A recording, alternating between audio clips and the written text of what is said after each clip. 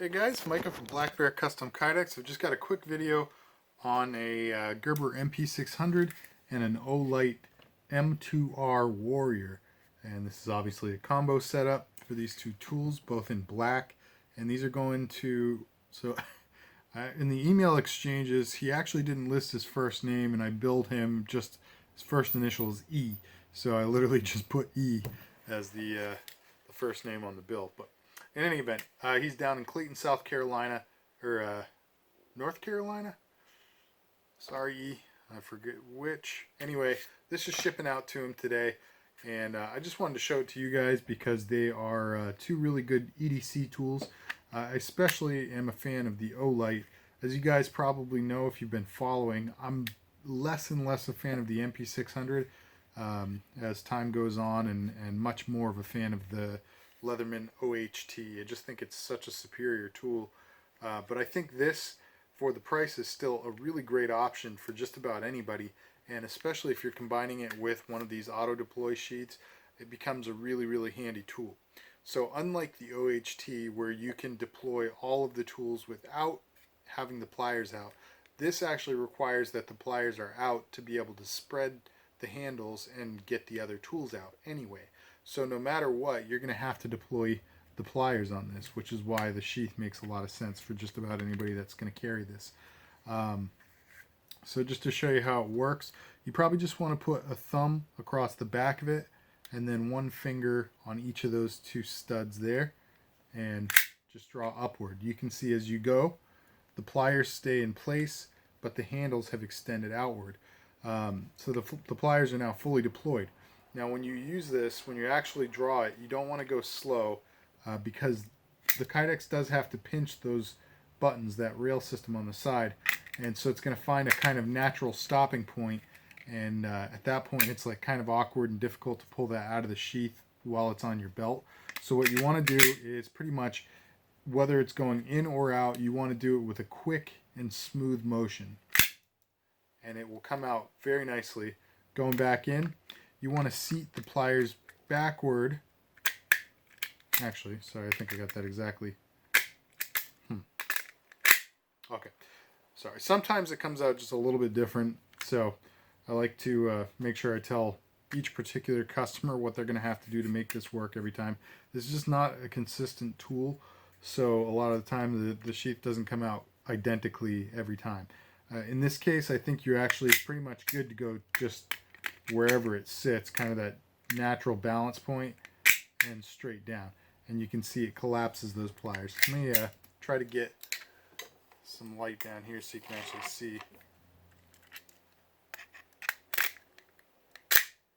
can see those pliers collapse and expand, or deploy rather. So there you go. That's the MP600 portion. Now with the Olight, he actually also told me that he switched the pocket clip up to the tail cap area of the flashlight for a deep pocket carry, and was hoping that I could make the sheath work with that. So what I actually did was, when I molded the sheath, I wrapped the bezel end, the emitter housing, which is the fattest part of the shaft on this light. I took the pocket clip off, I wrapped around that section, and I just kept twisting and working the light all the way through the tunnel to try to round out the widest possible diameter for this particular light. And the caveat that I'll give you is that this is going to be a one option. You're not going to be able to carry, well, I don't think anyway. I would highly recommend you don't carry this like inverted. I guess you could. I guess that's all right. But you're always going to have a little bit of rattle if you're doing that. Whereas if you carry upright, you are also going to need to have the pocket clip go on the outside of the sheath no matter where you orient this. So if you put it on the outside, what I would recommend is bringing it down to that point there. So just before the tail cap housing, and it's sort of, I think it's just about level with the top of the ring from the pocket clip that wraps around your light. So somewhere in there, you'll feel a natural stopping point. You can push it all the way past, but because the fattest part has already protruded out the bottom, technically that would leave some play. So essentially what we're wanting is basically the button to be slightly obscured, maybe half obscured by the Kydex. That's going to give you the fattest diameter inside this housing here, and therefore the least amount of play and movement. That said, this is a pretty smooth draw, and I like the option of having the tail cap, holding it with the tail cap on your thumb. That I don't actually know if that's like a specific grip, like forward grip and reverse grip with a knife. I'll just call this a reverse grip or tail cap grip. But I like being able to deploy the light and immediately use it like that. That is something that a lot of times a flashlight sheath does not afford. So one other caveat with this, because the button is helping to form the widest diameter, normally I would mold it the other way around and just form around the regular part of the shaft and have the emitter housing itself be the stopper. But because that button is in there and because it's a rubber button, it is going to create a little friction inside the sheath. So I would, take a little caution. You don't want to go too aggressively on that button. You might erode it a little bit. You're definitely going to get the paint to wear off that's come off just with my casual use. I haven't put this thing through much abuse at all, and the button is basically clear again, or translucent or whatever. So in any event, that's that. I think this is a really nice sheath. I think these are great tools for an everyday carry, and as always, I'm looking for one-handed operation when I create these multi-tool sheaths, and especially if there's a light on it or other things. Ideally one-handed operation and versatility. So I actually didn't ask him if he's left or right-handed. And what I would personally use and recommend with these is that the MP600 be toward the rear side, so that as your hand comes forward to draw it, it's the first thing that you grip.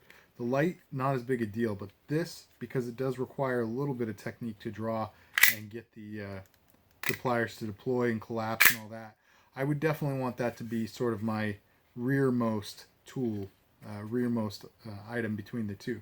So that said, if he is left-handed and he's going to be carrying it over here, certainly will work just fine.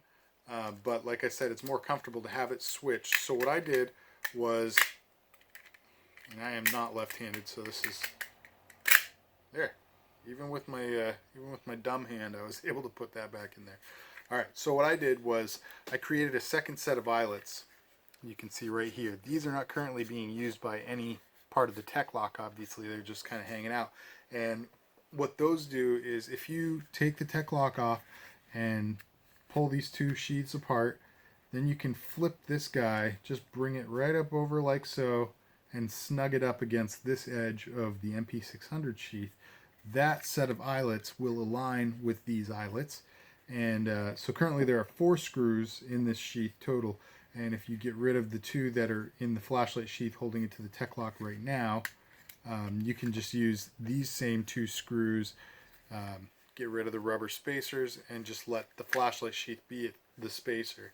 You can use those 2 screws to sandwich the flashlight sheath and the MP600 sheath together on the tech lock through these on this side. So that'll create a slightly wider profile, because the flashlight will then obviously be separated from the body of this sheath by that much of a gap.